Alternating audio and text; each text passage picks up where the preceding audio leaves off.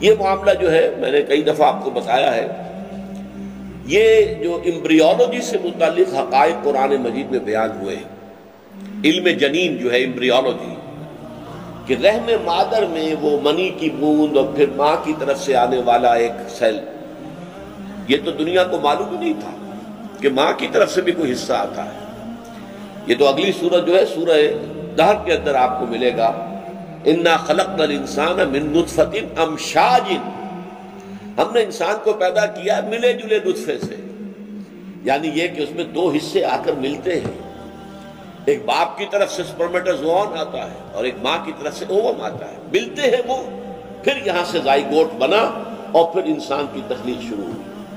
تو نطفۃ امشاج نبتلیہ فجعلناہ سمیعا بصیرا، اور یہ اس صورت اور اگلی صورت کے درمیان جیسا کہ میں نے عرض کیا تھا کہ یہ آپس میں بہنے ہیں، یہ جوڑا ہے ایک دوسرے کا، جیسے اس میں فرمایا گیا ان ہؤلاء یحبون العاجلۃ ویذرون وراءهم یوما ثقیلا، یہ سورہ دہر میں،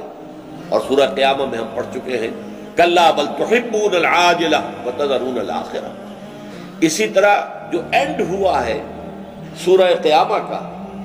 الم یکن نطفۃ من منی یمنی ثم کان علقۃ فخلق فسوی فجعل منہ الزوجین الذکر والانثی، تو گویا کہ اسی کے ساتھ آگے سورہ دہر شروع ہو رہی ہے، هل اتى على الانسان حين من الدهر لم يكن شيئا مذكورا انا خلقنا الانسان من نطفة امشاج نبتليه فجعلناه سميعا بصيرا۔ کیا انسان پہ ایسا بھی کوئی وقت آیا تھا کہ نہیں کہ وہ کوئی قابل ذکر شے نہیں تھا؟ اب منی کا لفظ جو ہے جو استعمال کیا سورہ قیامہ میں، اس کو ریپیٹ نہیں کیا، کوئی شخص بھی یہ لفظ اپنی زبان پر لانا پسند نہیں کرتا، تو فرمایا شیئا مذکور نہیں تھا، هل اتى على الانسان حين من الدهر لم يكن شیئا مذکورا۔ ایک وقت وہ تھا اس کی تخلیق کے دوران جبکہ وہ ایک ایسی شے کی کیفیت میں تھا کہ جس کا تذکرہ بھی پسند نہیں کیا جاتا، قابل ذکر شے نہیں تھی۔ انا خلقنا الانسان من نطفة امشاج نبتلیہ فجعلناہ سمیعا بصیرا، ہم نے اسے مخلوط نطفے سے بنایا ہے، ملے جلے نطفے سے بنایا ہے، مرد اور عورت کی طرف سے دونوں طرف سے آنے والے شے سے بنایا ہے۔ تو میں یہ عرض کر رہا تھا کہ یہاں تو خیر بہت ہی اجمالاً ذکر ہے، سورہ حج میں اور سورہ مومنون میں بڑی تفصیل سے جو مراحل ہیں، جو اندر جنین جو ہے ایمبریو جو پرورش پا رہا ہے رحم مادر میں، اس کے مراحل کا جو تذکرہ کیا گیا ہے، اس نے آنکھیں کھول دی، چکا چوند کر دیا۔ چنانچہ ٹورنٹو یونیورسٹی کے دو بہت چوٹی کے بایولوجسٹ، ان کا میں آپ کے سامنے گواہی دے رہا ہوں، ڈاکٹر کیتھل مور، جن کی ایک بڑی کتاب جو ہے مشہور ترین دی ڈیولپنگ ہیومن ایمبریو، اور وہ دنیا میں سب سے بڑی اتھارٹی مانا جاتا ہے ایمبریولوجی کو، وہ حیران ہے، اس نے لیکچر دیا جا کر باقاعدہ۔ Did not give any details about these stages. As far as it is known from the history of embryology, little was known about the staging and classification of human embryos until the 20th century. For this reason, the descriptions of the human embryo in the Quran cannot be based on scientific knowledge in the 7th century. The only reasonable conclusion is that these descriptions were revealed to Muhammad from God. He could not have known such details because he was an illiterate man with absolutely no scientific training. اور اس نے کہا ہے کہ میں حیران ہوں 1400 برس پہلے، جبکہ نہ ابھی ڈسیکشن کا فن ابھی انسان کو آتا تھا کہ باڈی کو چیر پھاڑ کر دیکھے کہ اندر کیا ہے، کیا ہو رہا ہے، رحم مادر میں کیا ہو رہا ہے، نہ اسی طریقے سے ابھی مائکروسکوپ نہیں تھی کہ جس سے پتہ چلے کچھ چھوٹی چیزوں کا۔ اور پھر یہ نقشہ ایمبریولوجی کے یہ مراحل اس قدر صحیح جو آج ہم سمجھتے ہیں اس کے مطابق قرآن مجید میں کیسے ہے؟ اگرچہ یہ بدقسمتی ہے ان دونوں کی۔ دوسرا ہے ڈاکٹر رابرٹ ایڈورڈز، یہ اصل میں ٹیسٹ ٹیوب بیبی کا دنیا میں جب سے رواج چلا ہے، اس کا موجد یہ شخص ہے۔ ٹیسٹ ٹیوب بیبیز کا آپ نے تذکرہ سنا ہوگا، میں تفصیل میں نہیں جا سکتا۔ وہ سیدھی سی بات یہ ہے کہ اگر کوئی رکاوٹ ایسی ہے کہ مرد کا نطفہ اور عورت کا وہ ایگ اووم وہ کہیں آ کر مل نہیں سکتے، وہ راستے میں کوئی رکاوٹ ہے، وہاں پر وہ اووم رک جاتا ہے، لہذا اس کی شکل یہ اختیار کی گئی کہ مرد سے